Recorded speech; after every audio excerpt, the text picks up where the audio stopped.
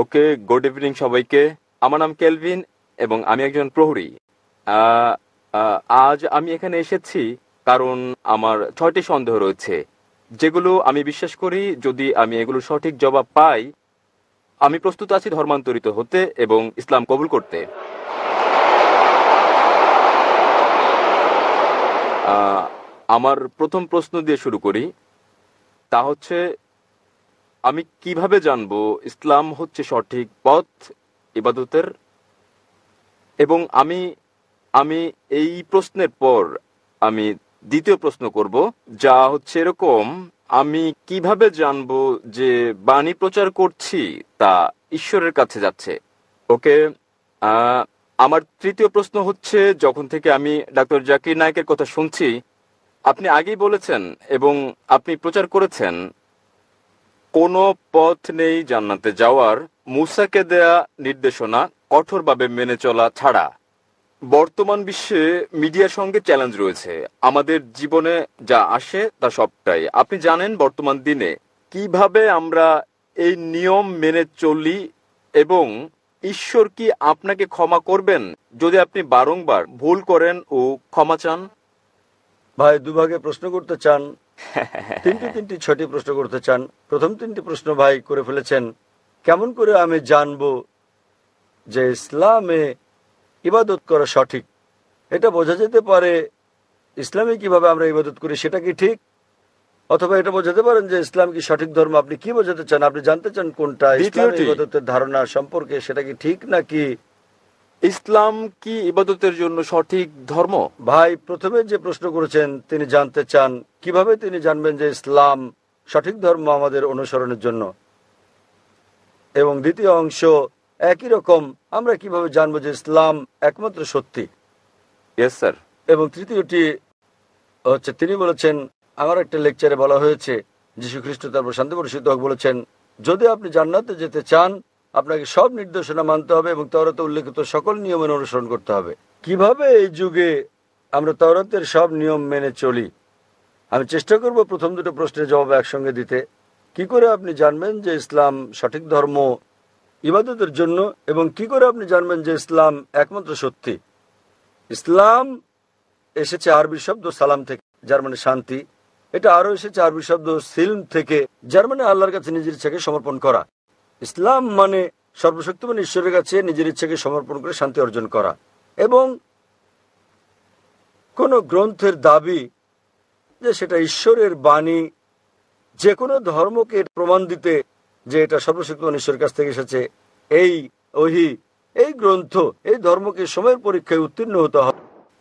অতীতে সেটা ছিল অলৌকিকতার যুগ এবং মহিমান্বিতকরণ হচ্ছে অলৌকিকের অলৌকিক। পরে আসলো সাহিত্য এবং কাব্যের যুগ। মুসলিম ও অমুসলিম আরব পণ্ডিতেরা একই সুরে তারা দাবি করলেন যে মহিমান্বিত কোরআন ছিল পৃথিবীর বুকে সবচেয়ে ভালো আরবি সাহিত্য। তবে বর্তমানে যদি কোনো ধর্মগ্রন্থ কাব্যিক ঢঙে বলে যে পৃথিবী সমতল, আধুনিক দুনিয়াকে তা গ্রহণ করবে? খুবই স্বাভাবিক না, কারণ বর্তমান হচ্ছে বিজ্ঞান ও প্রযুক্তির যুগ। তাহলে যদি আপনি এই পরীক্ষাটা করেন বিজ্ঞান ও প্রযুক্তির, বর্তমান সময়ে ধর্মগ্রন্থ সমূহের যেগুলো আমাদের কাছে আছে, বিশ্বের বিভিন্ন ধর্মের সকল ধর্মগ্রন্থ পরীক্ষায় ফেল করেছে কোরআন ছাড়া। আর আমি একটা লেকচার দিয়েছি কোরআন ও আধুনিক বিজ্ঞান সাংঘর্ষিক নাকি সামঞ্জস্যপূর্ণ বিষয়ের উপর। আমার সময় এখানে হবে না প্রশ্নোত্তর পর্বে সম্পূর্ণ লেকচার দেওয়ার। তবে আমি উল্লেখ করতে চাই, অ্যালবার্ট আইনস্টাইন বলেছেন, প্রখ্যাত বিজ্ঞানী ও নোবেল পুরস্কার বিজয়ী, যে ধর্ম ছাড়া বিজ্ঞান পঙ্গু এবং ধর্ম বিজ্ঞান ছাড়া অন্ধ। আমি আপনাদের মনে করিয়ে দিচ্ছি, মহিমান্বিত কোরআন কোনো বিজ্ঞানের গ্রন্থ নয়, SCIENCE, বরং এটা একটা নিদর্শনের গ্রন্থ, SIGNS, এবং এতে 6000-এর বেশি নিদর্শন রয়েছে। মহিমান্বিত কোরআনে 6000-এর বেশি আয়াত আছে, যার মধ্যে 1000-এর বেশি আয়াত বিজ্ঞান নিয়ে বলেছে। যদি আপনি তুলনা করেন বৈজ্ঞানিক সত্যগুলো যা আমরা জানতে পেরেছি, আমরা দেখতে পাই যে বিজ্ঞান যা সম্প্রতি আবিষ্কার করেছে, হতে পারে 50 বছর আগে, 100 বছর আগে, 200 বছর আগে, 400 বছর আগে, মহিমান্বিত কোরআন তা উল্লেখ করেছে 1400 বছর আগে। কোরআনে বিশ্ব সৃষ্টি সম্পর্কে বলা হয়েছে সূরা আম্বিয়া অধ্যায় নম্বর 21 আয়াত নম্বর 30-এ, যা বিগ ব্যাং সম্পর্কে বিজ্ঞানীরা জেনেছেন কিছুদিন আগে, তারা 50 বছর আগে আবিষ্কার করেছেন, তা কোরআনে উল্লেখ করা হয়েছে 1400 বছর আগে। আমরা জেনেছি যে পৃথিবী বর্তুলাকার, যখন 1577 সালে স্যার ফ্রান্সিস ড্রেক জাহাজে করে পৃথিবী ভ্রমণ করেন। পবিত্র কোরআন বলছে সূরা নাজিয়াত অধ্যায় নম্বর 79 আয়াত নম্বর 30-এ, আমি পৃথিবীকে ডিম্বাকৃতি বানিয়েছি। উট পাখির ডিমের কথা বলা হয়েছে এবং আমরা জানি উট পাখির ডিম ডিম্বাকৃতি হয়। আমরা আগে ভাবতাম যে চাঁদের আলো তার নিজস্ব আলো। সম্প্রতি জানতে পেরেছি 100 বছর আগে, 200 বছর আগে, 300 বছর আগে, যে চাঁদের আলো প্রতিফলিত আলো তার নিজস্ব আলো নয়। এ কথা কোরআনে উল্লেখ করা হয়েছে 1400 বছর আগে সূরা ফুরকান অধ্যায় নম্বর 25 আয়াত নম্বর 61-তে। তাহলে কে এসব তথ্য কোরআনে উল্লেখ করতে পারেন যা আমরা সম্প্রতি জানতে পেরেছি? আগে যখন আমি পড়তাম স্কুলে, আমি শিখেছিলাম যে সূর্য ঘুরে কিন্তু আবর্তিত হয় না এর নিজ অক্ষে। কোরআনে উল্লেখ আছে সূরা আম্বিয়া অধ্যায় 21 আয়াত নম্বর 33, সূর্য ঘোরার পাশাপাশি নিজ অক্ষে আবর্তনও করে।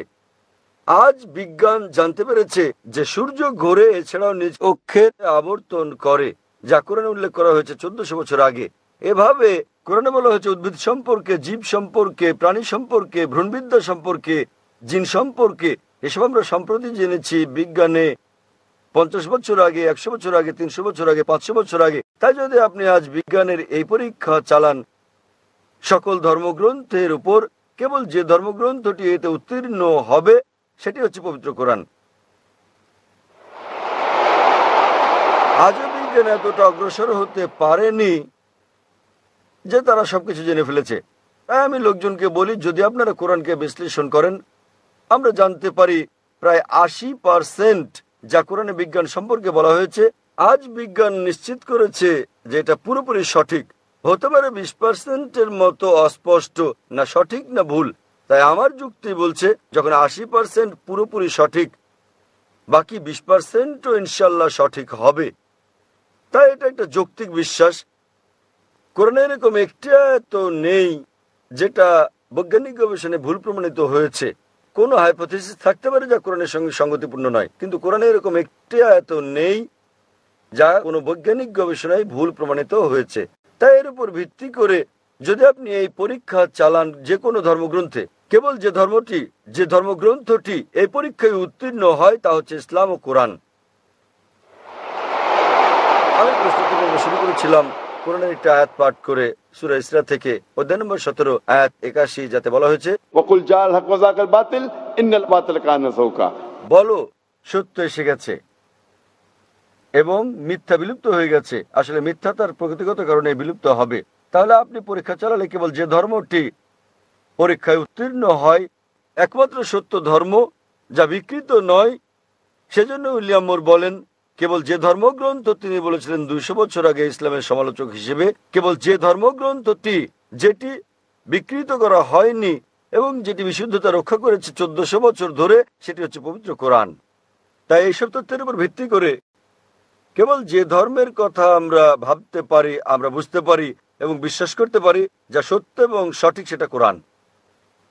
আপনার তৃতীয় প্রশ্ন নিয়ে বলি যে আমি আমার লেকচারে বলেছি যীশু খ্রিস্ট তারপর শান্তি প্রতিষ্ঠিত বলেছেন যে আপনাদের ওল্ড টেস্টামেন্টের হিতোপদেশ অনুসরণ করতে হবে। আমি বাইবেলের উদ্ধৃতি দিয়েছি গসপেল অফ ম্যাথিউ অধ্যায় নম্বর 5 অনুচ্ছেদ নম্বর 17 থেকে 20, যেখানে যীশু খ্রিস্ট তারপর শান্তি প্রতিষ্ঠিত বলেছেন যে যতক্ষণ পর্যন্ত তোমার ন্যায়পরায়ণতা ধর্মগুরু ও ফরিসীদের ন্যায়পরায়ণতাকে অতিক্রম না করে, কোনোভাবে কোনো উপায়েই তুমি স্বর্গরাজ্যে যেতে পারবে না। তাই আপনাকে ভালো খ্রিস্টান হতে হলে যীশু খ্রিস্টের তার উপর শান্তি প্রতিষ্ঠিত হোক সময়, যদি আপনি স্বর্গে যেতে চান, আপনাকে ওল্ড টেস্টামেন্টের সব হিতোপদেশগুলো মেনে চলতে হবে। আপনি পারবেন না বিন্দু বিসর্গ হেরফের করতে। যদি তা করেন তাহলে আপনাকে স্বর্গের রাজ্যে ডাকা হবে না। তাহলে বাইবেলের এই অনুচ্ছেদের উপর ভিত্তি করে গসপেল অফ ম্যাথিউ অধ্যায় নম্বর 5 অনুচ্ছেদ 17 থেকে 20 আপনাকে মানতে হবে প্রতিটি আইন ওল্ড টেস্টামেন্টের। এবং আপনার প্রশ্নটা ছিল খুবই ভালো এবং অত্যন্ত যৌক্তিক। কিভাবে আমরা এই যুগে মানব ওল্ড টেস্টামেন্টের সবকিছু, যা খুবই কঠিন? আমি একমত আপনার সঙ্গে। সে কারণে যীশু খ্রিস্ট তারপর শান্তি প্রতিষ্ঠিত হোক আরো বলেন গসপেল অফ জন অধ্যায় নম্বর 16 অনুচ্ছেদ 12 থেকে 14, তিনি বলেন, তোমাদেরকে আমার অনেক কথা বলার আছে, কিন্তু এখন তোমরা তা সহ্য করতে পারবে না। যখন সত্যের আত্মা আসবেন, তিনি তোমাদের সত্যের দিকে নিয়ে যাবেন। তিনি নিজে থেকে কিছু বলবেন না, তিনি যা শুনবেন তাই বলবেন। তিনি আমাকে গৌরবান্বিত করবেন। এখানে যীশু খ্রিস্ট, তার উপর শান্তি বর্ষিত হোক, ভবিষ্যৎবাণী করেছেন সর্বশেষ ও চূড়ান্ত পয়গম্বর, সর্বশেষ ও চূড়ান্ত নবী মুহাম্মদ সাল্লাল্লাহু আলাইহি সাল্লামের। অর্থাৎ যখন তিনি আসবেন, তিনি তোমাদের সব সত্যের দিকে নিয়ে যাবেন।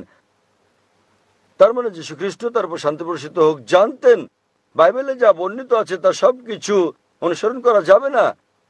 পরবর্তীকালে হতে পারে কয়েক শতাব্দী পর, সেজন্য তিনি বলেছেন যখন সত্যের আত্মা আসবেন, তিনি তোমাদের সত্যের দিকে নিয়ে যাবেন। নবী মুহাম্মদ সাল্লাল্লাহু আলাইহি সাল্লাম সম্পর্কে বলেছেন। তাই সেই সময়ে হতে পারে অনুসরণ করা সম্ভব ছিল উল্লেখিত বিধিনিষেধগুলো ওল্ড টেস্টামেন্টের এবং নিউ টেস্টামেন্টের।